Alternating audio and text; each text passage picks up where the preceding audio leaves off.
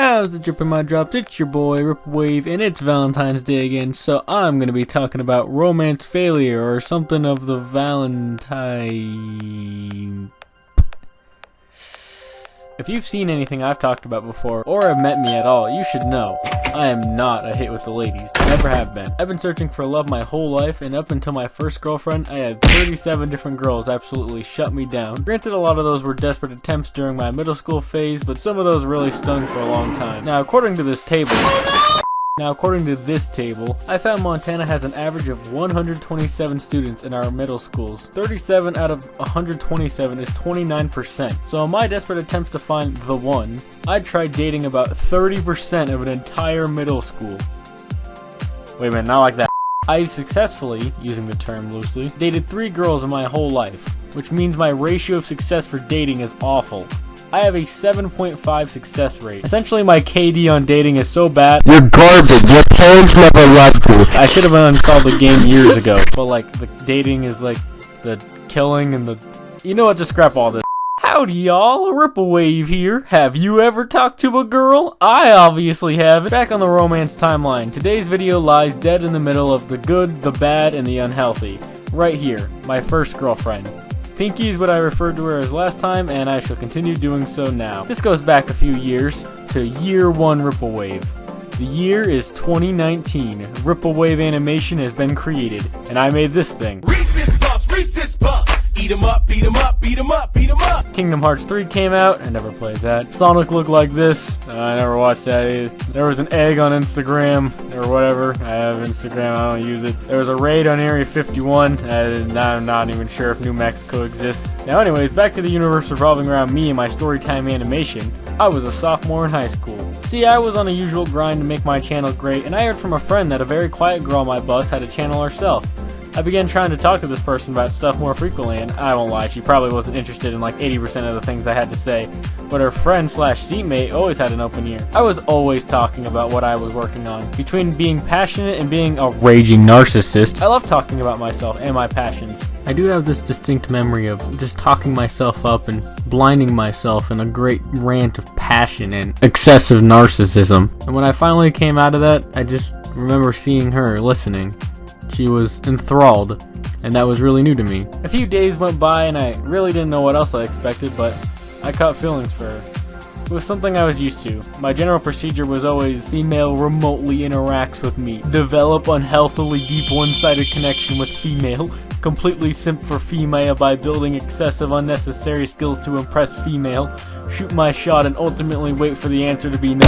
Now, I know what I'm gonna say is gonna be a real surprise, but the funny thing about me, Ripplewave, is I am a simp. Always have been, always will be. I learned languages, I learned music, I played skills to an intense level, and all to impress girls who are not interested at all. What, may you ask, is the simple chore I proceeded to do for Pinky? Well, see, funny thing, ever since my first experience with it in like 5th grade, when my friend essentially forced me to watch it, I've always really disliked anime. There's nothing wrong with it, but most of it I was just being dramatic. Like, ew, anime, keep it away from me. But interestingly enough, Mr. Simpwave, you better watch your tongue.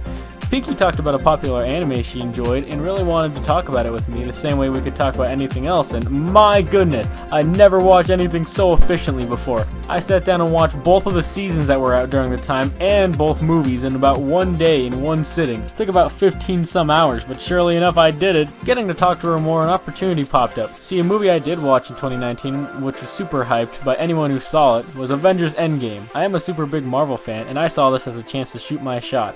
So I went to go test the waters by talking to Pinky and telling her I was thinking about going to watch the movie, and I really wanted to take this girl I was into. And she was super supportive and nice as always, and she told me, "That's a great idea. Any girl would be super lucky to be with you because you're a really sweet and awesome guy." And in my obsidian-headed brain, I was like, I wonder if she's into me.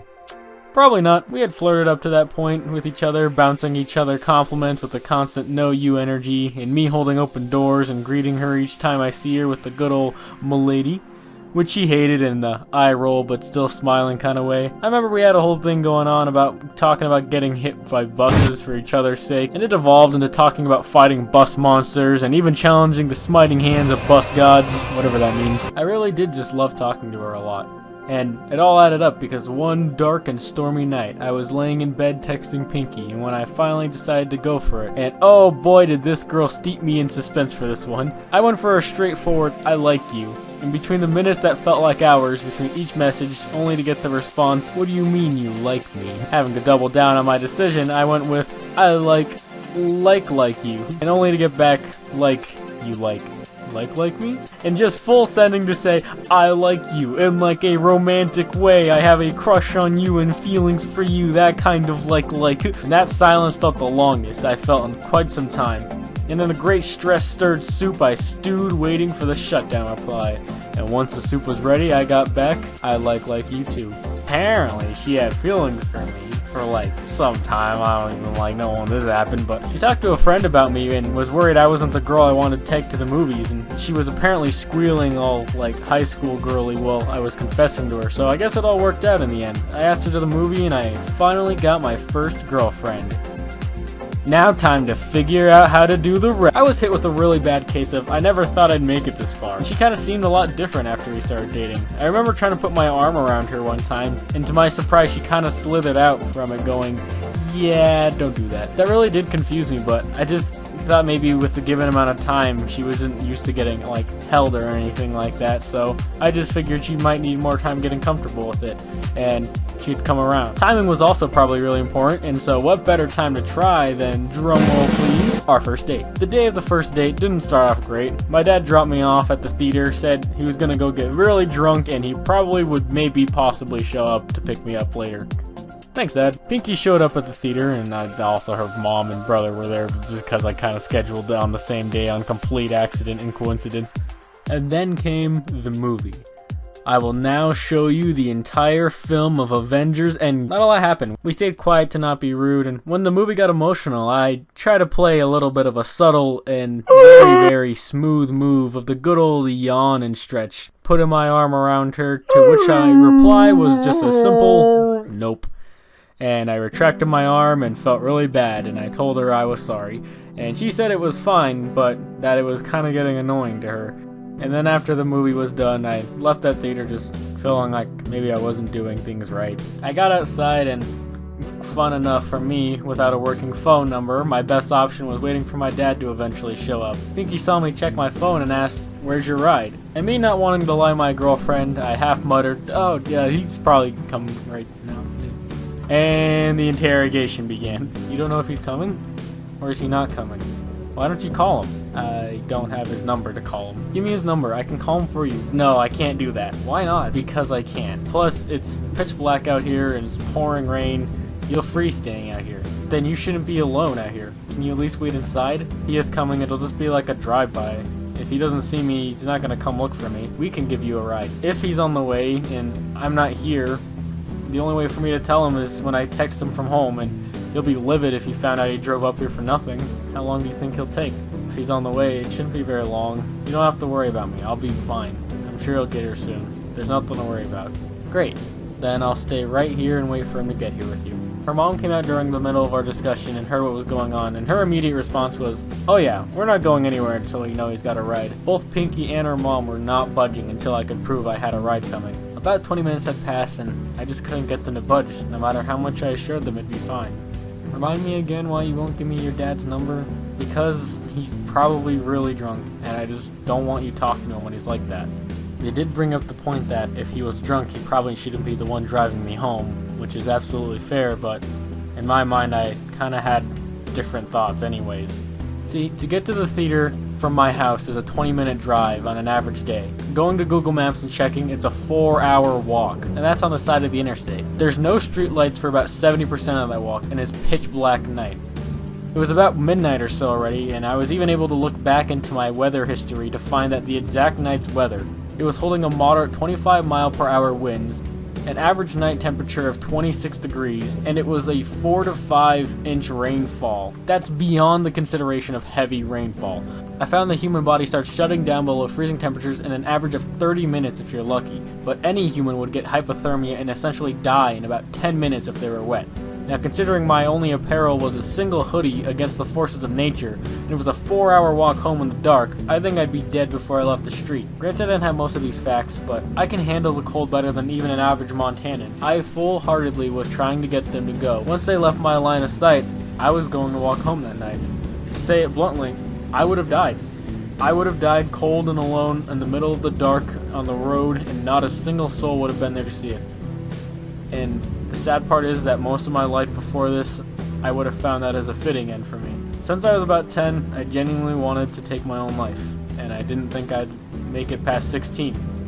I didn't have any faith that my life would get any better, or any less lonely. I thought just one day it'd get too much for me, and I couldn't handle it.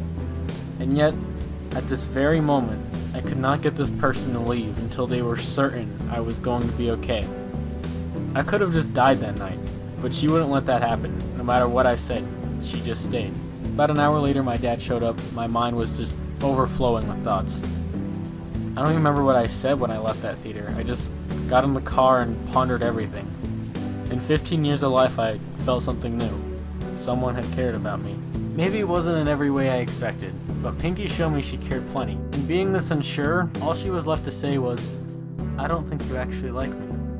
I think you like the idea of having a girlfriend, but not me." And here I tragically tell you this, my biggest regret in all my life. I held my tongue and I didn't speak my heart, because all I wanted to tell her was, "You're wrong. I love everything about you, Pinky."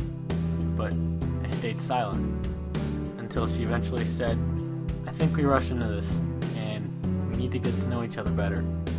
I think we need to end things and try again as friends, and maybe if it goes well from there, we can try again."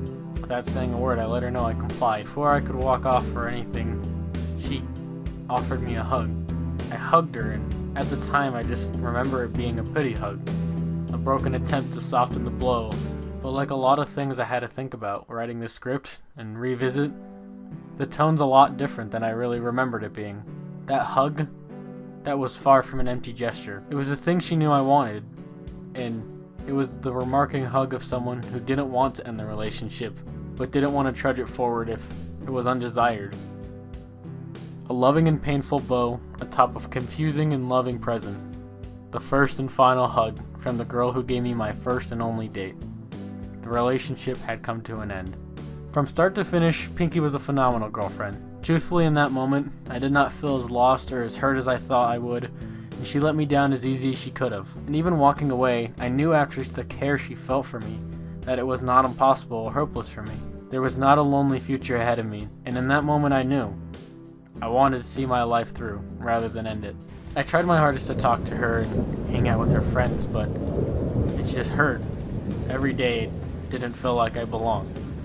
And one day I just couldn't take it, and I walked out. And I see too late now that I hurt her by doing that. That's not the end of the Pinky story, but where it left off in the present day, we're not on speaking terms. And truly that does still sting. I doubt she'd ever watch this video, but if she did, I just want to tell her and let her know that I never regretted that relationship. I just wish I could have opened my eyes before it was too late, and that I could have opened my heart when I knew to the most. I really only hope the best for her in her life. This was a really hard video for me to write, and there was a lot of revisited memories, and it was a really hard time on me making this. It's an important story for me to tell in my life. I try to keep Valentine's videos away from the kind of things that make the lonely people feel lonelier, because it holds the tone of my first Valentine's video I made, before I had anyone at all. It's not easy being alone on this day, but the alone can be together, and it helps a lot. I guess those in a relationship watching this, communicate yourself truthfully. Don't let someone walk away because you're scared to get hurt, and also, don't hurt someone who's afraid to show you they care. People are human, and with patience we can help the scared, and with bravery, we can keep the kind-hearted. With or without a special someone in your life, I wish you all a happy Valentine's Day. And let me know if there's something you want to hear me talk about for next Valentine's Day. Thanks for watching. Keep it dripping while it drops. I'll see you guys in the next one. Bye bye.